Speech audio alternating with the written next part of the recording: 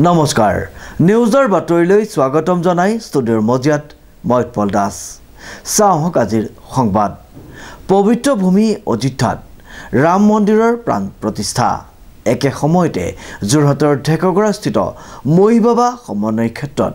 জয় শ্ৰীৰাম ধ্বনিৰে প্ৰাণ প্ৰতিষ্ঠা কৰা হ'ল মহালিংগ নিউজ নাৰেক ৰিপৰ্ট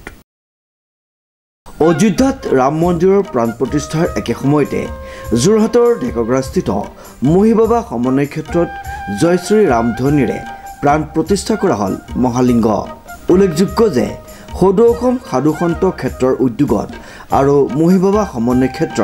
বিশ্ব হিন্দু মহাসংঘৰ সৌজন্যত আজি সুদূৰ নৰ্মদাৰ পৰা অহা শিৱ বাবাৰ নেতৃত্বত অহা মহালিংগ ভাগ পূজা অৰ্চনাৰে প্ৰাণ প্ৰতিষ্ঠা কৰা হয় ইয়াৰ পূৰ্বে পুৱা প্ৰভাত ফেৰী বৃক্ষৰোপণ স্বচ্ছতা অভিযান ধৰ্মধ্বজা উত্তোলন বন্তি প্ৰজ্বলনৰ পাছতে মহালিংগ অভিষেক মহাবাহু ব্ৰহ্মপুত্ৰ আৰু ভোগদৈ নদীৰ পৰা পঞ্চকন্যাৰ দ্বাৰা জল আহৰণ কাৰ্যসূচী গ্ৰহণ কৰা হয় ইয়াৰ পাছতে সাধুসন্তসকলৰ দ্বাৰা ধৰ্মীয় নাম প্ৰসংগ কৰাৰ লগতে কীৰ্তন পাঠ কৰা হয় অহা 25 জানুৱাৰীলৈকে চলিবলগা কাৰ্যসূচীৰ প্ৰতিদিনে ৰামায়ণ পাঠ অনুষ্ঠিত হোৱাৰ সমান্তৰালকৈ আজি সন্ধ্যা ৰাম মন্দিৰ প্ৰতিষ্ঠাৰ লগত সংগতি ৰাখি সমন্বয় ক্ষেত্ৰৰ চৌহদত বিশ্ব হিন্দু মহাসংঘ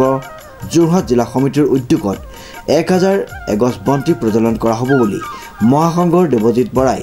জানিবলৈ দিছে সমন্বয় ক্ষেত্ৰৰ তৰফৰ পৰা সদৌ ভাৰতবাসীলৈ বা ৱৰ্ল্ডবাসীলৈ আমাৰ ধন্যবাদ আজি এই অযোধ্যাৰ ৰাম মন্দিৰ মহোৎসৱৰ লগত সংগতি ৰাখি সদৌ অসম সাধুসন্ত মানে ক্ষেত্ৰৰ উদ্যোগত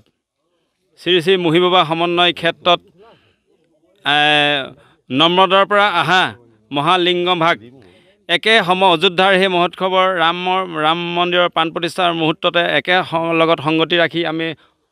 সমান সময়তেই একে সময়তে আমি এই মহালিংগ ভাগৰ প্ৰাণ প্ৰতিষ্ঠা কৰা উৎসৱত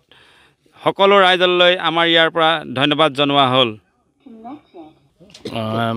আজি আমাৰ কাৰণে বহুত উৎসাহ দিন আমি যেহেতু আজি অযোধ্যাত ৰামজীৰ প্ৰতিষ্ঠা দিৱস মনা হৈছে আজি ৰামজীৰ প্ৰাণ প্ৰতিষ্ঠা হ'ল তাতে আমি ইয়াত আমাৰ বিশ্ব হিন্দু সংগম বিশ্ব হিন্দু সংঘৰ